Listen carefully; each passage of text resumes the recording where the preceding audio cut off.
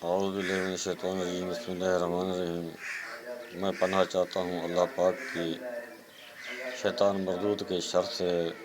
شروع کرتا ہوں اللہ پاک کے بابرکت نام سے جو بڑا مہربان اور نہایت رحم کرنے والا ہے۔ معزز حاضرین، ناظرین، سامعین کرام، عظیم وطن کے عظیم لوگوں، السلام علیکم۔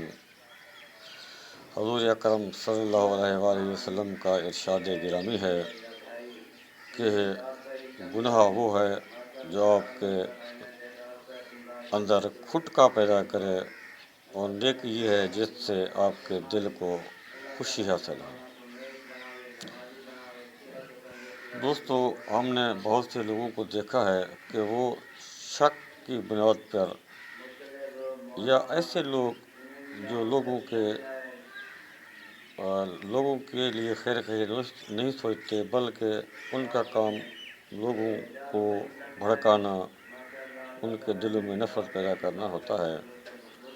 وہ جو صاحب اختیار لوگ ہوتے ہیں ان کے کان بھرتے ہیں اور طرح طرح کی حرکتیں کر کے وہ اپنی اہمیت ان بادشاہوں، شہنشاہوں کے پاس بڑھاتے ہیں، تاکہ وہ یہ سمجھے کہ یہ دانا آدمی ہے اور مجھے ہر وقت میرے کام آتا ہے۔ تو اللہ پاک نے ہر انسان کو عقل دی ہے اور سمجھداری بھی دی ہے۔ اللہ تعالیٰ کسی کو اگر عہدہ دیتا ہے تو اس کو عقل بھی دے دیتا ہے۔ جو عقل مند لوگ ہوتے ہیں وہ اپنی عقل کا استعمال کرتے ہوئے ایسے لوگ جو غلط مشورہ دیتے ہیں ان کی باتوں کو نظر انداز کرتے ہیں اور حقائق تک پہنچنے کی کوشش کرتے ہیں کہ اصل میں حقائق کیا ہے۔ جب حقائق کا پتہ چلتا ہے تو وہ جو لوگ کان بھرنے والے لوگ ہوتے ہیں، جو دوسروں کو خیر نہیں چاہتے، تو ان کو شرمساری ہوتی ہے۔ اگر وقت کا با اختیار آدمی ان کے کہنے پر کسی کو شرمسار کرتا ہے، اس کو برا بھلا کہتا ہے، تو وہ ان کو خوشی ہوتی ہے۔ وہ دل میں یہ بھی کہتے ہیں کہ ہم نے اس کو بیوقوف بنا دیا ہے۔ تو اس لیے ہمیں سوچنا چاہیے کہ ہم ڈیپلی ہر بات کو جو ہے لیں اور اس پر تحقیق کریں۔ حق وہ ہے جو ہمیشہ ظاہر ہوتا ہے۔ فتح مکہ کے موقع پر آپ نے فرمایا تھا کہ جاؤ حق کا وضحق الباطل ان الباطل کان زہوقا۔ حق آ گیا اور باطل مٹ گیا، اور باطل جانے کے لیے ہی ہوتا ہے۔ یہ حق بات کی باتیں ہمیشہ ان کی جیت ہوتی ہے، اور جو غلط لوگ ہوتے ہیں، غلط نیگیٹو سوچ رکھتے ہیں، یہ ہمیشہ ناکام ہوتے ہیں اور پچھتاتے ہیں، اور ہمیشہ کے لیے پچھتاوا ان کا نصیب بن جاتا ہے۔ صرف وقت کا انتظار ہوتا ہے۔ اللہ تعالیٰ ان کو سبق بھی سکھا دیتا ہے۔ کہتے ہیں کہ ایک بادشاہ نے اعلان کیا کہ جو کوئی اچھی بات مجھے سنائے گا تو میں اس کو انعام دوں گا۔ علاقے کے لوگ بڑے بڑے سفر کر کے لوگ وہاں آئے، بادشاہ کے پاس آتے، طرح طرح کی وہ باتیں سناتے جو ان کو بہت اپنے طور پر اچھی لگتی تھی۔ وہ بادشاہ کسی کی بات پر بھی اطمینان کا اظہار نہ کرتا۔ اسی طرح ہزاروں لوگ گئے اور ناکام و پست چلے گئے۔ ایک آدمی اس بادشاہ کے پاس گیا، اس نے کہا کہ شہنشاہ وقت، نہ تو میں قصہ کہانی جانتا ہوں اور نہ ہی مجھے لمبی باتیں کرنے آتی ہیں، ہاں البتہ میں اتنا جانتا ہوں کہ جو انسان جو کچھ زمین میں بوتا ہے وہی کچھ وہ کاٹتا ہے۔ اگر گندم کاٹتا ہے تو گندم بیجتا ہے تو گندم کاٹتا ہے، اگر کاٹن بیجتا ہے تو وہ کاٹن ہی اس کو ملتا ہے، وہی فصل پیدا ہوتی ہے۔ یعنی جو بونا وہی کاٹنا، یہ بات بادشاہ کو بہت پسند ہے، تو اس نے کہا کہ چلیے آپ کی بات بہت اچھی لگی ہے، میں آپ کا وظیفہ مقرر کرتا ہوں، ہر روز یہاں آ جایا کریں، مجھ سے جو ہے وہ 100 روپیہ یا 100 درہم، بہرحال یوں سمجھ لیں جو اس وقت کرنسی تھی اس نے اس کے لیے ڈیلی مقرر کر دی۔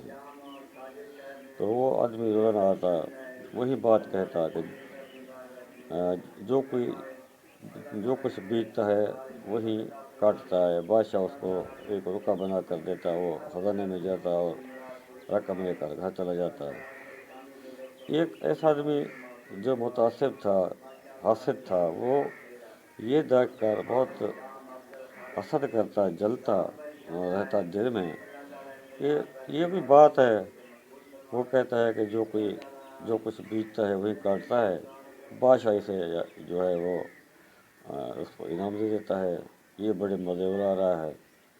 وہ اس کے کان بھرنے کی غرض سے بادشاہ کے پاس گیا۔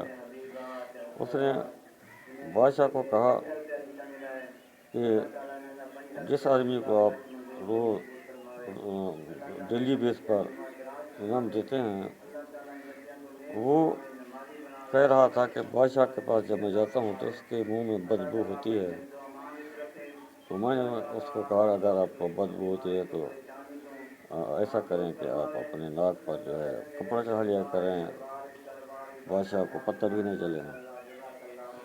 تو وہ آدمی جو ہے دوسرے آدمی کے پاس گیا جو پیسے لیتا تھا، اس کو کہا کہ آپ جو ہے بادشاہ آپ سے ناراض ہے، وہ کہتا ہے کہ جب یہ آدمی پیسے لینے آتا ہے تو اس کے منہ میں بدبو ہوتی ہے، آپ ایسا کیا کریں جب بھی بادشاہ کے پاس جائیں، یہ شہنشاہ لوگ ہوتے ہیں، تو اپنے منہ کو ڈھانک کر جائیں، یعنی کہ آپ نے اس طرح کا انتظام کرنا ہے کہ آپ کی جو بو ہے اس تک نہ پہنچنے پائے۔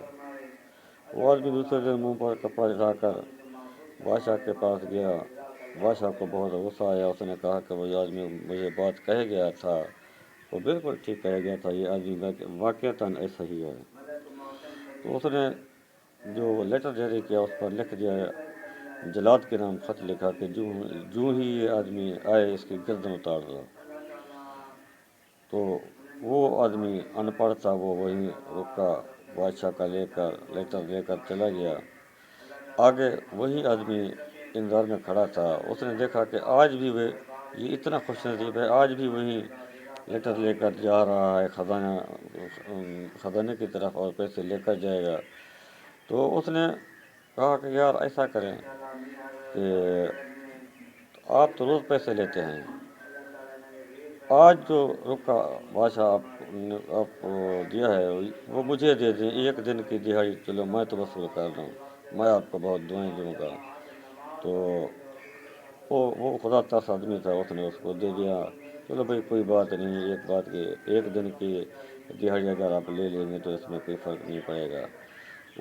جب وہ خزانے میں پہنچا تو وہاں پر موجود ایک شخص نے جلاد کو کہا کہ وہ آدمی جس کے ہاتھ میں یہ رکا ہے اس کو لے جاؤ اور اس کا قتل کر دو۔ وہ حیران پریشان ہو گیا کہ کیا بات ہے، مجھے تو پیسے ملنے چاہیے، یہ قتل کر رہے ہیں۔ اس نے کہا کہ بادشاہ نے پیسے دینے کو کہا ہے، میری گردن کٹنے کو نہیں کہا ہے۔ انہوں نے کہا کہ ہم نہیں جانتے، جو کچھ بادشاہ نے لکھا ہے ہم اس پر عمل کر رہے ہیں۔ تو انہوں نے اس کی گردن اتار دی۔ تو دوسرے دن وہی آدمی جو روزانہ پیسے لینے جاتا تھا وہ بادشاہ کے سامنے گیا، وہ دیکھ کر حیران ہو گیا تھا۔ اس نے کہا کہ میں نے تو اس کو مارنے کا حکم دیا، کیسے بچ گیا؟ اس نے جو ہے وہ وزراء کو بلایا، ان سے کہا کہ یہ آدمی رکا لے کر گیا تھا، اس کو قتل کرنے کا حکم تھا، یہ کیسے واپس آ گیا، پتہ کرو۔ تو پتہ کیا گیا تو انہوں نے کہا کہ ہم نے تو اس کو قتل کر دیا ہے۔ تو اس نے جب بادشاہ کو حقیقت بتائی وہی آدمی ہے جو اپنی سزا بھگت چکا ہے. اس نے آپ کو یوں کہا اور مجھ کو اس طرح سے غلط گائیڈ کیا، تو جو ہم دونوں بچ گئے ہیں، جو غلط کار تھا اس کو اللہ تعالیٰ نے اس کی سزا دے دی ہے. بھائیو، ہمیں سوچنا چاہیے. آج ہم کسی کے کان بھریں گے لوگوں کو نقصان یا شرمسار کروانے کے لیے، تو اللہ تعالیٰ کی عدالت میں بھی پیش ہونا ہے. اسی دنیا میں بھی اللہ تعالیٰ خود بھی گناہوں کی سزا دیتا ہے. آئیے ہم عہد کریں کہ ہم کسی کے بارے میں برا نہیں سوچیں گے. انہی الفاظ کے ساتھ آپ سے اجازت چاہوں گا. اللہ تعالیٰ ہم سب کا حامی و ناصر ہو. اللہ حافظ.